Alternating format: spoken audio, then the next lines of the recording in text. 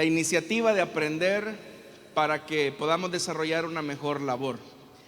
En este momento los hermanos servidores les van a entregar a ustedes el material que nos va a servir como de apoyo para hacer las reflexiones de esta noche. Vamos a leer la Biblia, lo vamos a hacer en el primer libro de Samuel, capítulo 22, versículo número 2. Primer libro de Samuel, capítulo 22, versículo número 2. Solamente es un versículo, dice la palabra del Señor. Además se les unieron muchos otros que estaban en apuros, cargados de deudas o amargados. Así David llegó a tener bajo su mando a unos 400 hombres. Amén. Hasta ahí dejamos la lectura, hermanos. El tema que quiero desarrollar esta noche es 4 principios para ayudar a personas rotas en las células. Si usted estuvo la semana anterior, usted se habrá dado cuenta ya que dijimos que toda la naturaleza humana en realidad está lastimada o herida por el pecado. Entonces, los seres humanos desde la caída hemos experimentado, hermanos, una condición de destrucción. Somos personas heridas o personas rotas por el pecado. Y en realidad, hermanos, esto se puede expresar a través de diferentes formas. El pasaje que hemos leído esta noche nos ubica en el momento cuando David está huyendo de Saúl y se ha escondido en la cueva de Adulam. Y dice la Biblia que a él se unen personas que en realidad, hermanos, son personas bastante, ¿cómo lo diría? Son personas heridas socialmente, endeudadas, marginadas. Eso bien describe la vida de David, pero también describe la vida de esos 400 hombres que se le unen. Y usted va a entender por qué tomamos este pasaje como base para la enseñanza de esta noche. Y una de las cosas que podemos decir es que David supo potenciar a estas personas heridas, a estas personas rotas. Y en realidad nuestra tarea como pastores, supervisores o líderes es precisamente hacer lo que David hizo con estos 400 hombres, potenciarlos hasta su mejor nivel, hasta su máximo nivel. Pero esto no va a ser posible hasta que nosotros tengamos una verdadera comprensión de cómo intervenir con personas que, como nosotros, están heridas por el pecado.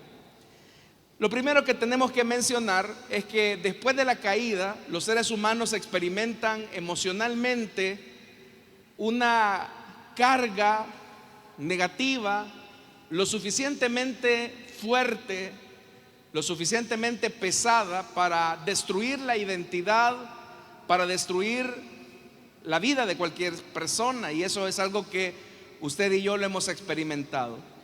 De hecho, hermanos, que los días domingos en el primer culto he desarrollado una serie de temas que están disponibles ahí en las redes sociales. Usted lo puede ver, esa serie completa de las emociones tóxicas que se desarrollaron después de la caída, que son la culpa, la vergüenza y el miedo. Esas 3 emociones son las que hemos visto en el primer culto del día domingo: la culpa, la vergüenza y el miedo. Pero en realidad, hermanos, estos sentimientos provocan en los seres humanos que ellos se sigan o nos sigamos escondiendo detrás de una realidad que no es verdadera. Y por eso es que las personas manifiestan su culpa, su vergüenza, su miedo a través de otro tipo de manifestaciones, como por ejemplo la manipulación, las palabras hirientes, la soberbia, el orgullo, la altanería, la arrogancia.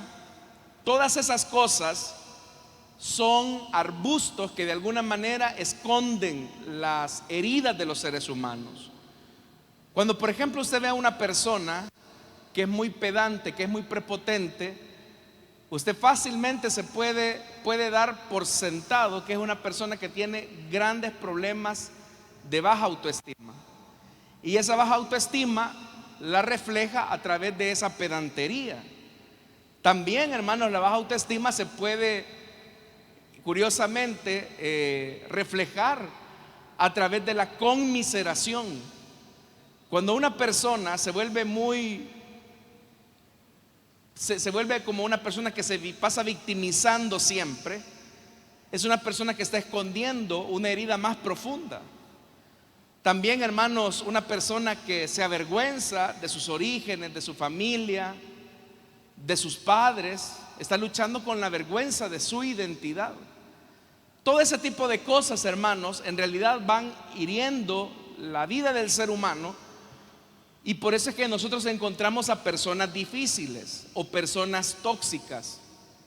Y en el quehacer de la obra de Dios nos vamos a encontrar con personas en esa posición. Y es ahí, hermanos, donde en ese punto Dios nos pregunta a todos los seres humanos: ¿dónde estás? Creo que la pregunta clave en ese pasaje de Génesis, después de la caída, es eso: ¿dónde estás? Pero quiero, hermanos, que usted note el espíritu de la pregunta de Dios, porque Dios no ha preguntado ¿qué has hecho? O sea, ¿Dios sabía dónde estaba Adán y Eva, sí o no? Claro que lo sabía. Después de la caída Él sabía dónde se estaban escondiendo. ¿Dios sabía lo que ellos habían hecho? Por supuesto. Entonces, ¿por qué Dios elige esta pregunta? ¿Dónde estás? ¿Dónde estás emocionalmente? ¿Dónde estás moralmente? Entonces vemos que detrás de esa pregunta, lejos de etiquetar o de juzgar el Señor a Adán y a Eva por lo que habían hecho, Dios le está preguntando por su condición moral. No tanto por su ubicación, sino que les está preguntando por su condición moral. ¿Dónde estás?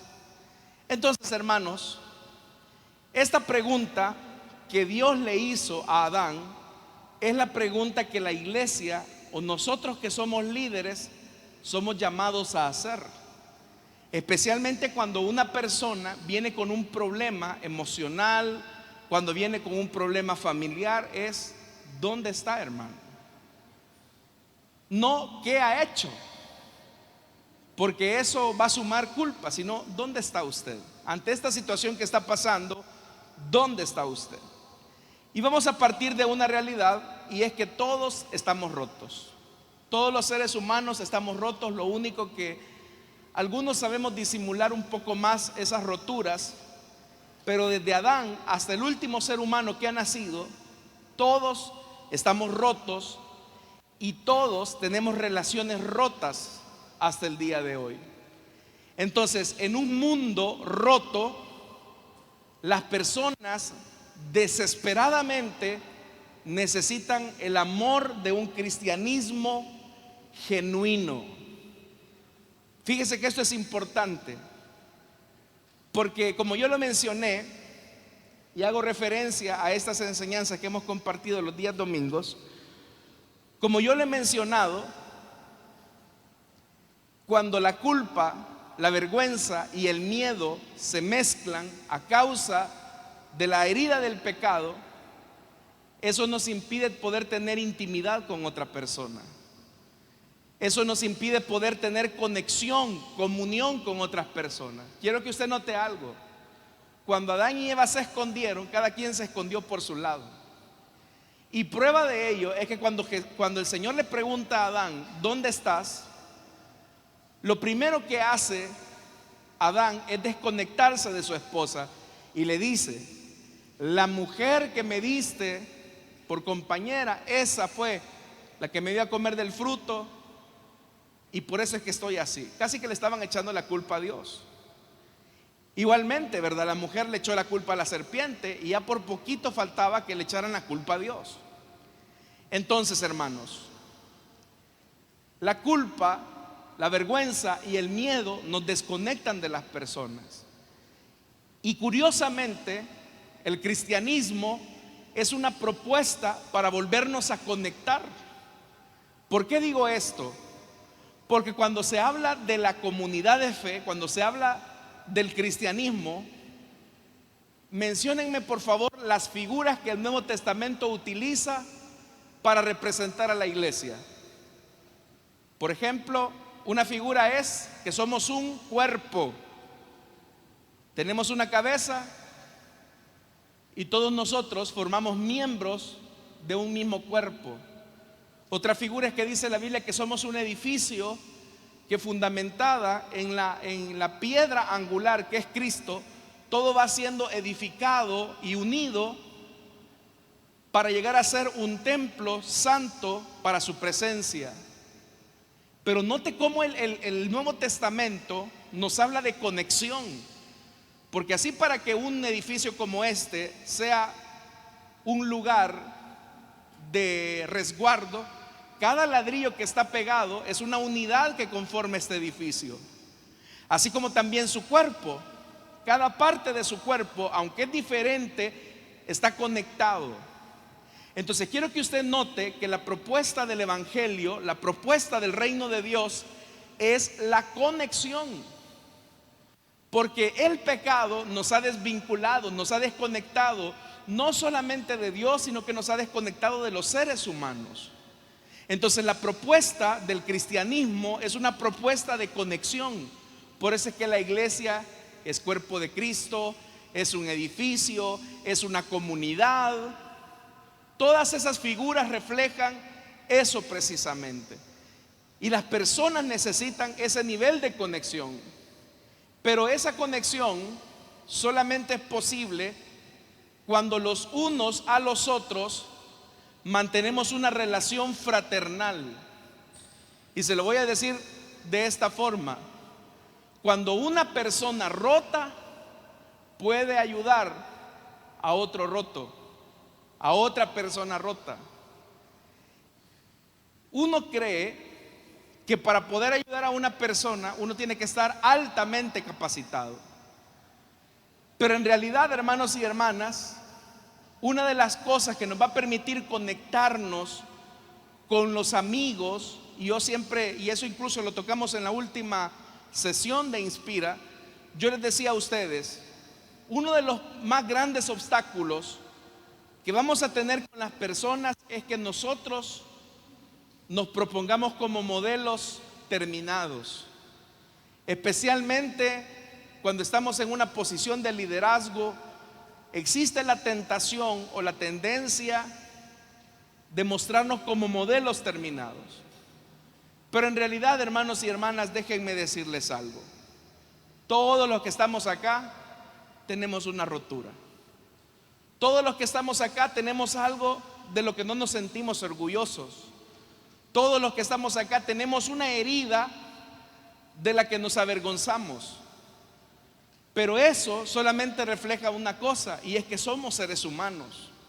Entonces, si yo quiero conectarme con los amigos en la célula, yo no me tengo que mostrar ante ellos como una persona que no tiene errores, que siempre fue así, porque eso no es cierto. Entonces, para lograr esa conexión fraternal, necesitamos ser humildes. Y le voy a decir algo: esta palabra es interesante, y estar dispuestos a hacernos vulnerables. ¿Qué significa eso de ser vulnerable? Me estoy refiriendo a que en ocasiones vamos a tener que traslucir nuestra rotura. Seamos honestos, hermanos. ¿Cuántos de los que estamos acá, lo voy a decir en tiempo pasado porque lo podría decir también en tiempo presente, y no habría razón de por qué avergonzarnos ante eso? ¿Cuántos hemos tenido problemas familiares, hermanos? De verdad, ¿cuántos hemos tenido problemas familiares? Los que estamos casados, ¿cuántos hemos tenido problemas matrimoniales? Ahí fueron bien fuertes los amén. Claro, Todos los hemos tenido. Todos los hemos tenido. Y se requiere de mucha humildad para decir eso. Yo he tenido problemas familiares, yo he tenido problemas matrimoniales, por supuesto. Y soy el pastor. Y no tengo mucho tiempo de estar casado tampoco. Pero eso es una realidad. Todos los seres humanos tenemos problemas. Aún los cristianos tenemos problemas. Pero esto de colocarnos en esta vulnerabilidad, esto de que el pastor, por ejemplo, diga: hermanos, yo tengo problemas, hay una situación en mi familia, o estoy pasando este momento difícil, no me hace menos cristiano o menos pastor por ser sincero frente a ustedes. Claro, habrán personas que se podrán escandalizar y decir: ve, el pastor tiene problemas con su mujer, o tiene problemas con sus hijos, o tiene problemas con una situación. Pero es la realidad. Pero ¿sabe qué ocurre cuando nosotros tratamos la manera de ser honestos con las personas? Eso nos conecta, eso nos une. ¿Qué pasa si usted no lo hace? La persona no va a tratar la manera de conectarse con usted y va a ver la iglesia como un grupo de personas que no tienen defectos. Entonces, en cualquier dirección que miremos, hermanos, ya sea que usted vea a la derecha o a la izquierda, a la par suya, usted tiene a un roto. Usted tiene una persona rota, y no porque se le rompió el pantalón o la falda, ¿verdad? Usted tiene un roto y una rota a su lado, y usted es un roto también. Está descosido. Pero como esa es la realidad, que todos estamos rotos, eso también nos permite un gran privilegio. Porque una persona rota que sirve al Señor ayudando a otros rotos, les ayuda a cambiar la vida. Y a partir de esta frase rota, queremos armar un acróstico con las iniciales: restaurar, orientar, transformar y acompañar. Como somos rotos, ayudando a otros rotos, tiene que entender usted que usted ha sido llamado a restaurar, así como Dios lo ha restaurado a usted. Dios lo ha llamado a orientar, así como alguien lo orientó a usted. Dios lo ha llamado a transformar, a ser parte de la transformación, así como el Señor lo ha transformado a usted. Y Dios lo llama a acompañar, así como Él lo ha acompañado a usted. Entonces vamos a ver lo primero. Jesús vino a restaurar. Cuando Adán y Eva sentían vergüenza porque estaban desnudos, la Biblia dice que ellos se cubrieron ¿con qué, hermanos? Con hojas de higuera. Eso es lo que dice la Biblia. Pero ¿qué hizo el Señor para cubrir la desnudez de Adán y Eva? Dice la Biblia que les hizo una vestimenta de piel de animales. Y obviamente que para que el Señor les haya hecho una vestimenta de piel de animales, tuvo que sacrificar esos animales. Entonces, hermanos y hermanas, desde el Génesis nosotros vemos que la intención de Dios ha sido restaurar al ser humano. Y la máxima expresión de esa restauración es cuando entregó a su Hijo Jesucristo para comenzar ese proceso de restauración. Quiero decirle esto: usted y yo, como no somos modelos terminados, no estamos completamente restaurados. Dios nos está restaurando poco a poco. Y por eso es que vea lo que dice el apóstol Pedro en su carta. Dios mismo es Dios el que toma la iniciativa. Es Dios el que toma la iniciativa, porque Él sabe que nosotros no nos podemos coser o restaurar a nosotros mismos. Y vea lo que dice ese pasaje: Dios mismo, el Dios de toda gracia, que los llamó a su gloria eterna en Cristo, Oiga esto: los restaurará, los hará fuertes, firmes y estables. Dicen gloria a Dios a eso, hermano. ¿Quién es el que toma la iniciativa entonces de la restauración? Dios. ¿Quién es el que nos va a hacer fuertes? Dios. ¿Quién es el que nos va a hacer firmes y estables?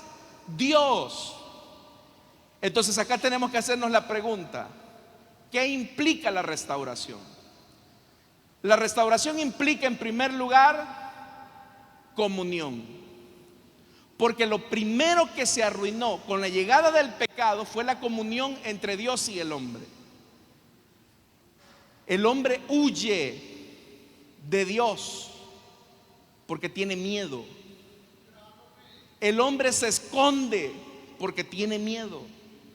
Pero lo primero que Dios hace es restaurar la comunión, es decir, colocar a Jesucristo en el medio. Así como el Señor sacrificó esos animales para cubrir la desnudez de Adán y Eva, también el Padre colocó a su Hijo para que usted y yo volvamos a tener comunión directa con Él. Lo primero que necesitan escuchar las personas a quienes usted les está ayudando es que Dios los está buscando para tener comunión con ellos. Pero hay personas que se sienten indignas.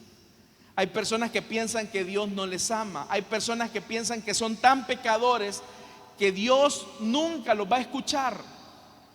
Pero lo primero que nosotros tenemos que enfatizar es: oiga, no sé cuál ha sido su problema, su pecado, pero Dios ha tomado la iniciativa para restablecer su comunión con usted. Y esa identidad, hermanos y hermanas, es lo que hace al ser cristiano ser hijo de Dios. Si logramos restaurar la comunión de una persona con Dios, esa persona restaura su identidad. Restaura su identidad. Porque de ser un pecador, fíjese algo, cuando uno confiesa que uno es pecador y pide perdón y pide que la sangre de Cristo venga a nosotros, en ese mismo momento Dios nos da la potestad de ser llamados hijos de Dios. Entonces Dios restaura nuestra identidad. Uno de los pasajes más asombrosos de la Biblia es la parábola de los hijos pródigos.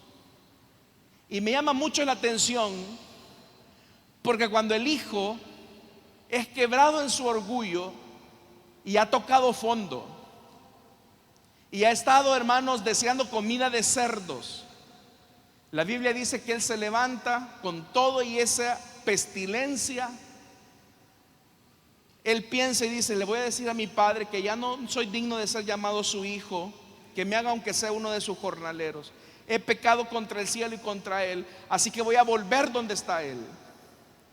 Cuando él sale corriendo hacia donde el padre, o cuando va en dirección hacia la casa del padre más bien, dice la Biblia que el padre lo logró divisar de lejos.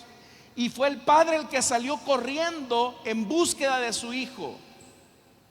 Yo le pregunto: ¿qué fue lo que le dijo el padre al hijo en el relato? Y usted va a notar que no le dijo nada. No le dijo nada. No le dijo: ajá, ahí vení, ¿verdad? Ajá, ya era hora, ¿verdad? Quebraste.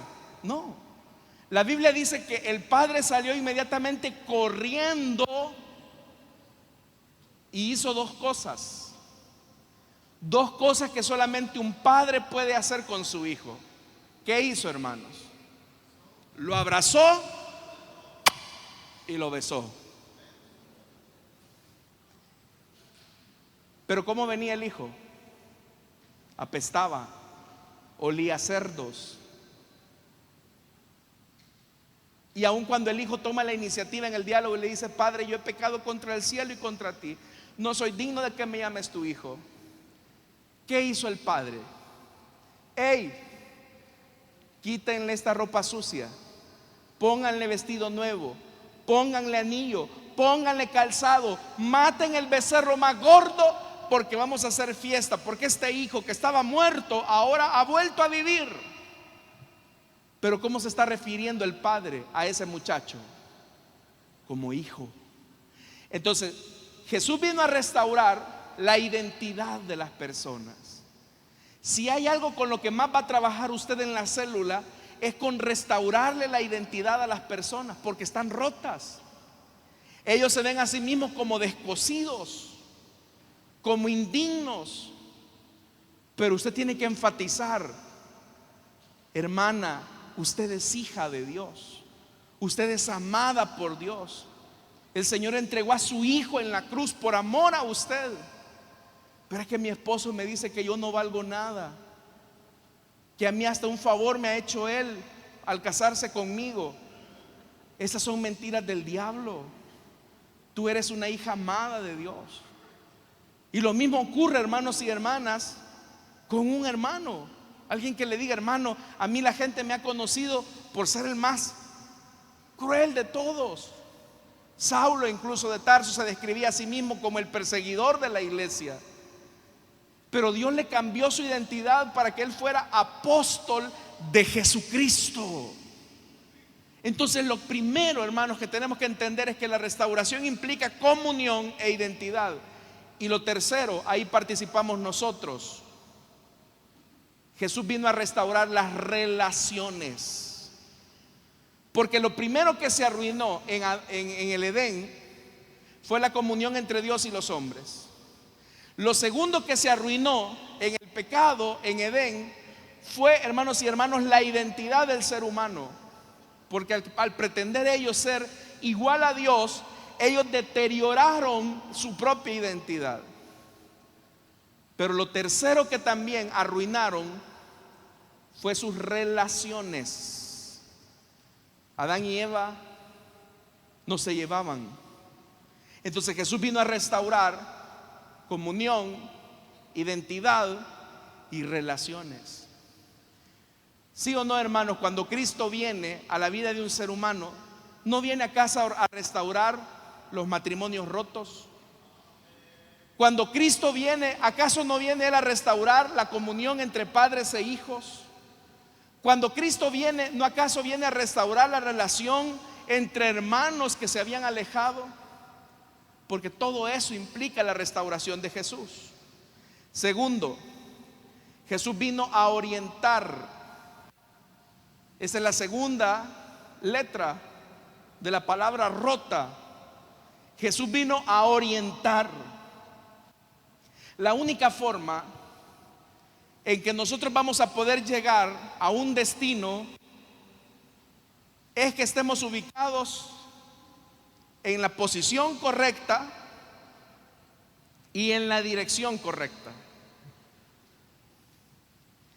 Vamos a comenzar primero con la posición, donde tenemos que caminar. Jesús dijo algo importante: yo soy el camino. Jesús lo dijo así: yo soy el camino. Entonces, estar en Cristo nos coloca en la posición correcta para darle un sentido, un norte a nuestra vida, que ya no puede ser el que teníamos antes de no conocerlo a Él.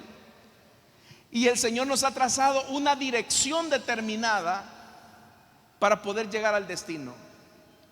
Para que lo entendamos correctamente, mientras Pedro anduvo pescando toda la noche sin resultados, se frustró, se sentía vacío, se sentía triste. Probablemente Pedro estaba endeudadísimo. Sabía que el sol que aparecía en la mañana implicaba en buena medida su fracaso. Estaba en la posición incorrecta. Pero dice la Biblia que Jesús se acercó a él y le dijo: hey, Pedro, lanza la red al otro lado. Y en un primer momento Pedro no quería, porque dice: Señor, esa ha sido mi lucha toda la noche. Sí, Pedro, pero has estado en la posición incorrecta. Y usted sabe lo que ocurrió, hermanos y hermanas. Pedro lanza la red, ¿y qué ocurrió? La red se llenó de peces. porque ante la palabra de Jesús la creación obedece. Ahí Pedro estaba en la posición correcta. Tuvo resultados porque tuvo un encuentro con Jesús. Pero ahora Jesús le va a dar la dirección correcta. Pedro, ya no vas a ser pescador de peces, sino que el destino de tu vida será ser pescador de hombres. Entonces, hermanos y hermanas, cuando las personas muchas veces no saben qué hacer, cuando las personas tienen muchos conflictos en su vida, no saben qué hacer con su vida misma.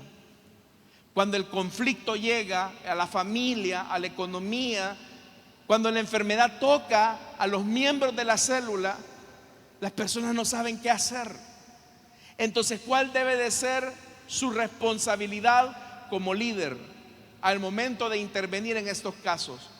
Colocar a la persona en la posición correcta y en la dirección correcta. Y no hay donde perdernos, hermanos. Nuestra posición es Jesús como camino. Jesús es el camino en el que debemos de caminar. Y a cada uno de nosotros Jesús también nos ha delegado una dirección sobre la cual debemos de seguir. ¿Qué implica la orientación? Ayudar a descubrir a la persona su propósito en Dios. Hermano, con esta enfermedad que le está angustiando, ¿cuál cree usted que es el propósito que Dios persigue al permitir esta situación? ¿Por qué está usted en esta parte del camino, hermano? Y solo con esa pregunta usted le está enseñando a esa persona que en la vida cristiana no hay casualidades. Hermanos, todo lo que nos pasa en la vida no es casualidad. Hay una alabanza muy bonita que se la recomiendo, creo que es de Gamaliel Ruiz, si no estoy mal, que dice: no es casualidad, porque nada en Dios es casualidad. Pero en segundo elemento es que usted debe de ayudar a descubrir a esa persona cómo esa experiencia con Dios, cómo su enfermedad, cómo el desempleo, cómo ese conflicto en la pareja, cómo ese conflicto con los hijos lo puede acercar a Dios. Pero ¿qué está haciendo usted? Lo está orientando al camino. Dígame si no, los que ya tenemos algún tiempo de estar en la vida cristiana, cuando nos ha venido una prueba, ¿no son acaso las pruebas las que nos terminan acercando más a Dios? Conocemos más a Dios en el desierto, conocemos más a Dios en los lugares secos, ahí donde no se ve nada. Pero esa es una experiencia que capitalizamos, hermanos, para ayudar a otras personas. Y eso es importante. Un tercer elemento, la tercera letra de rota: transformar. El propósito de que Dios nos conecte con la persona rota que tiene a su lado es para que como cristianos mutuamente apliquemos los principios de la palabra de Dios para ayudarle a esa persona a transformar sus malos hábitos. Lo que puede cambiar la vida de una persona es la aplicación de la palabra de Dios en su vida. Solamente cuando aplicamos la palabra de Dios es cuando el proceso de transformación comienza a ocurrir en la vida de una persona.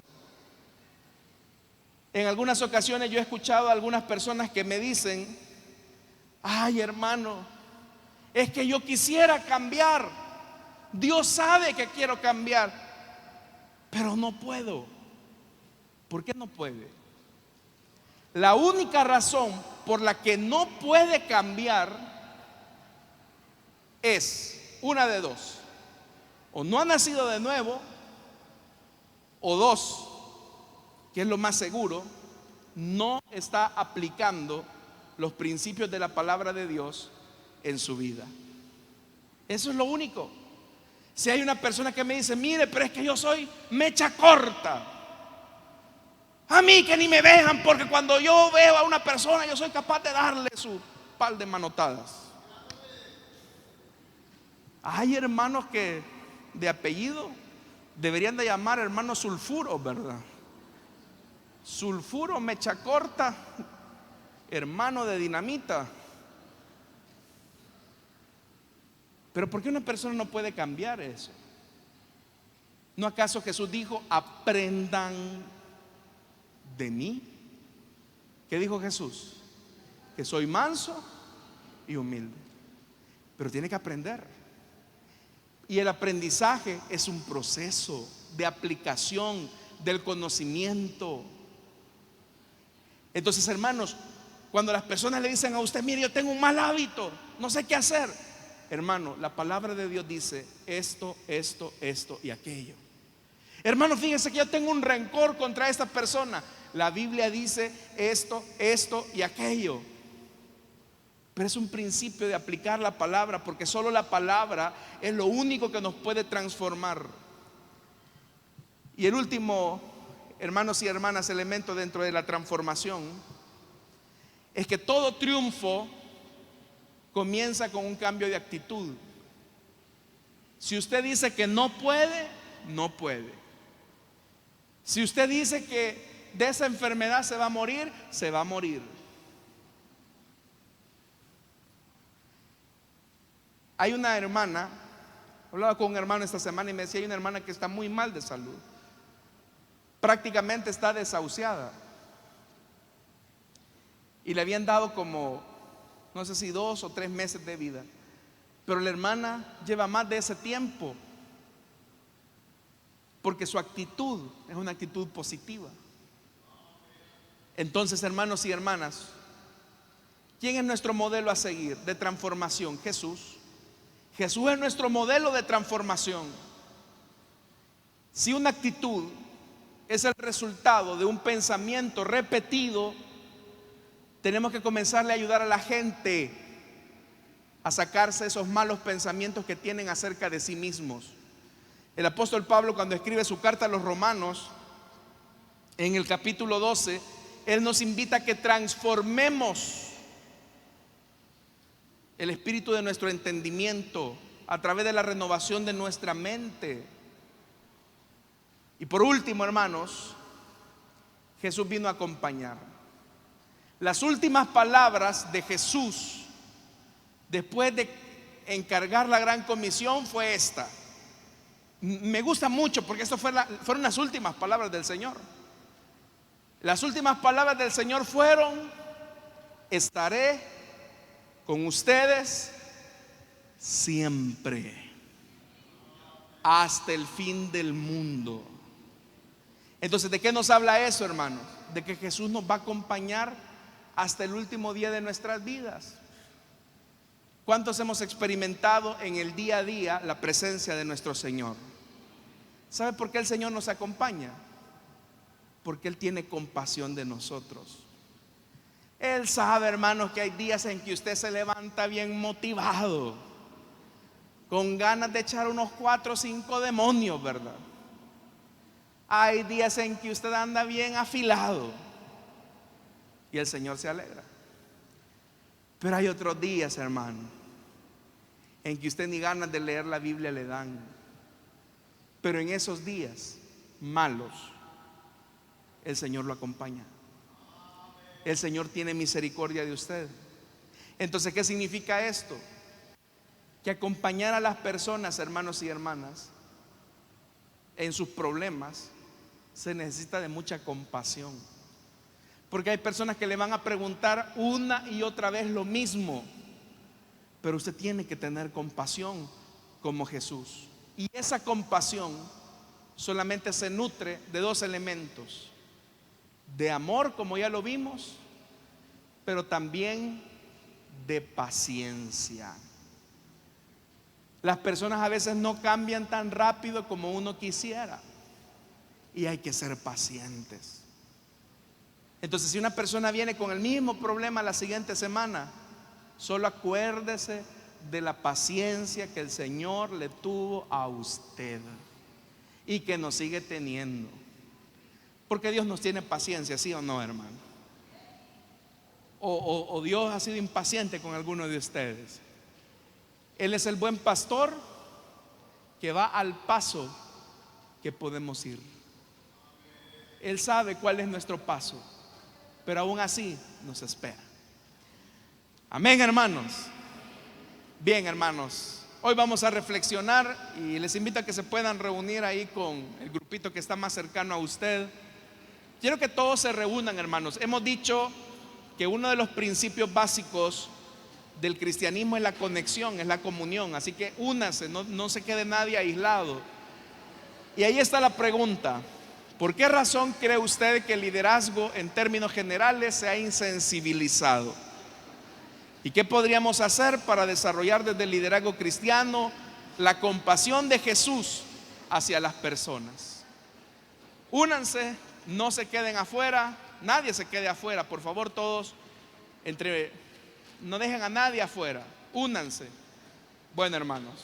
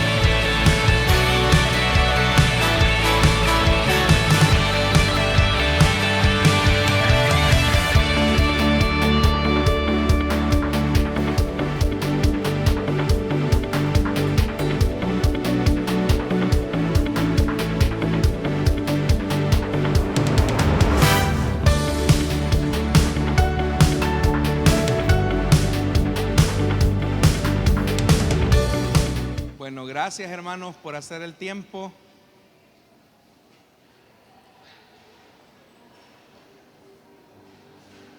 Vamos a orar por las ofrendas y los diezmos, hermanos. Yo creo que en otra reunión vamos a traer refrigerio ahí para que sea más amena la plática. ¿Están de acuerdo? Amén. Ahí sí dicen amén, ¿verdad? Vamos a orar, hermano. Oremos al Señor. Padre que estás en los cielos, gracias te damos por esta oportunidad que nos permite de reunirnos con nuestros hermanos. Bendice a tu pueblo, Señor. Bendícelo, que con humildad y sencillez ofrendan para ti. En Cristo Jesús. Amén y amén. Pueden pasar nuestros hermanos y hermanas y cantamos al Señor.